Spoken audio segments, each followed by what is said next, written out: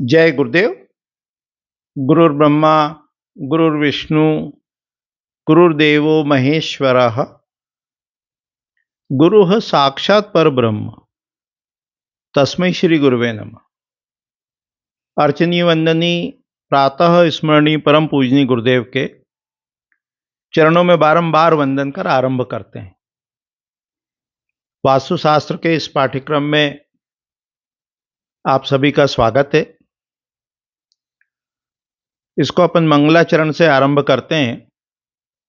मंगलाचरण करने से चित्त अपना जो है वो शांत होता है, एकाग्र होता है।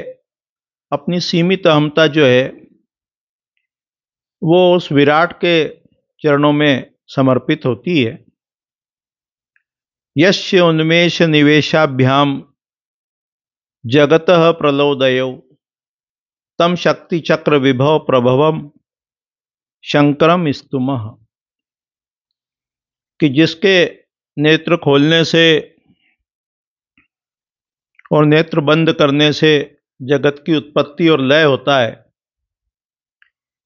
ऐसे जो सृष्टि पालन संहार के ये जो ऐश्वर्य चक्र है उसके जो स्वामी हैं, जो शंकर हैं, उनके चरणों में मैं अपनी सीमित अहमता को समर्पित करता हूं। ये मंगलाचरण है। उसके पश्चात शास्त्र का उद्देश्य होता है। जिस ग्रंथ को भी अपन स्टडी करते हैं, जिस ब्रांच को भी स्टडी करते हैं, उसका एक एम होता है, गोल होता है, ऑब्जेक्ट होता है, प्रयोजन होता है। तो वास्तुशास्त्र के संबंध में कहा गया है विश्वकर्म प्रकाश ग्रंथ के पहले अध्याय के 5वें श्लोक में, वास्तुशास्त्रम प्रवक्ष्यामि लोकानाम हित कामयया, कि लोगों के भले के लिए शास्त्र की रचना करते हैं। ये जो उद्देश्य है इसका बहुत महत्व है। जब अपना उद्देश्य लोकहित का होता है तो प्रकृति की जितनी भी शक्तियां होती हैं वो सारी की सारी उस कार्य में सहयोग प्रदान करती है। तो कहा लोकानाम हित कामयया, कि लोगों के भले के लिए मैं शास्त्र की रचना करता हूं। इस प्रकार का वर्णन अपने को मिलता है।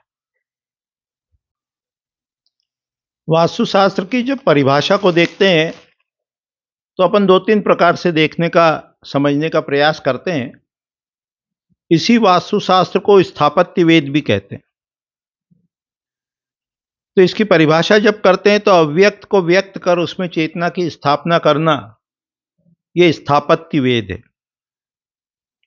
कि जो चीज अभी एग्जिस्टेंस में नहीं है, अनमैनिफेस्टेड है, अभी मैनिफेस्ट नहीं हुई है, उसको पहले मैनिफेस्ट करना, उसको पहले व्यक्त करना।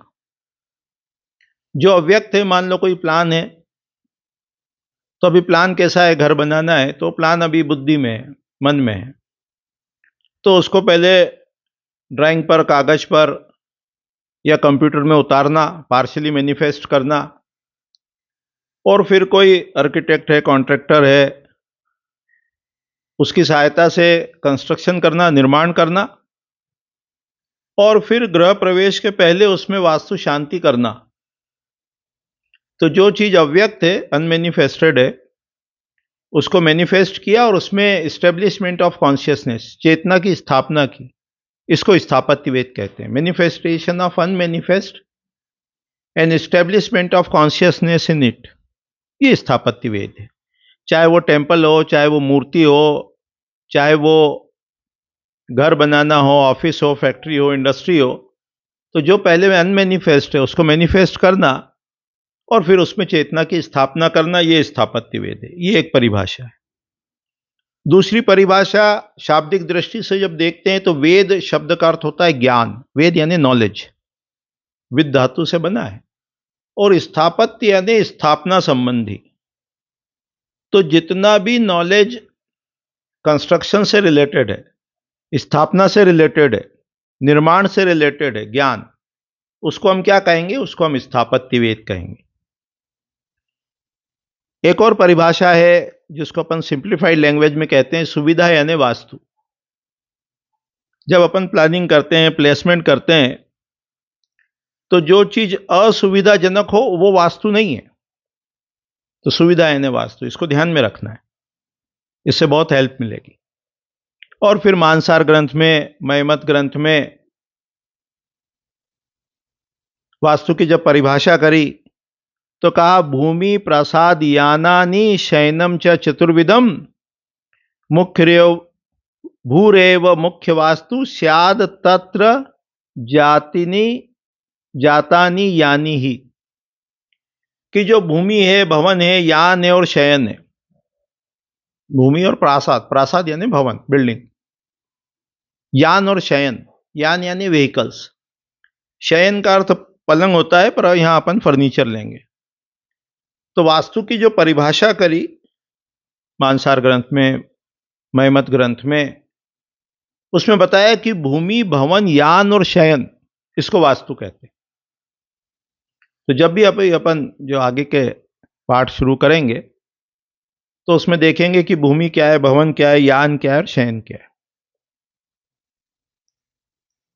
और भूमि अन्य तीन का, यानी भवन का, यान का और शयन का आधार है, बेस है। इसलिए भूमि को सर्वाधिक महत्व दिया गया है। सबसे ज्यादा जो इंपॉर्टेंस है वो भूमि को दिया गया है। और भवन यानी वो टेम्परेरी हो या परमानेंट हो स्ट्रक्चर, यान यानी व्हीकल्स, और शयन यानी पलंग अर्थात फर्नीचर, उसमें सब आ गया। तो सबसे पहले अपन भूमि लक्षण से आरंभ करने वाले हैं। तो आज की इकाई में अपन ने थोड़ा सा वास्तु की परिभाषा देखी, वास्तु का क्षेत्र भी देख लो।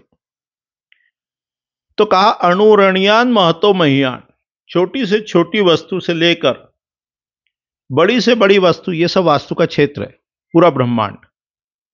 सूर्य पर कुछ हुआ, ग्रहों में कुछ हुआ, नक्षत्रों में कुछ हुआ, उसका इफेक्ट जो है वो पृथ्वी पर आता है। तिथियां हैं, कलाएं हैं, चंद्रमा है, सबका असर जो ह्यूमन बीइंग पर और पृथ्वी पर होता है। इसलिए इसका जो क्षेत्र है वो सारा ब्रह्मांड है। तो अभी संक्षेप में अपन ने वास्तु की परिभाषा देखी, 4। पहले देखा अव्यक्त को व्यक्त कर उसमें चेतना की स्थापना करना, ये स्थापत्य है। फिर निर्माण संबंधी ज्ञान को स्थापत्य कहते हैं। और सरल वास्तु यानी सुविधाजनक। और फिर देखा वास्तु यानी भूमि, भवन, यान और शयन, ये 4 चीज मिलके वास्तु है। इसमें भूमि अन्य 3 का आधार है, इसलिए उसको सर्वाधिक महत्व दिया गया है। और फिर उसके बाद अपन ने वास्तु का क्षेत्र देखा, अणुरणीयान महतो महियान।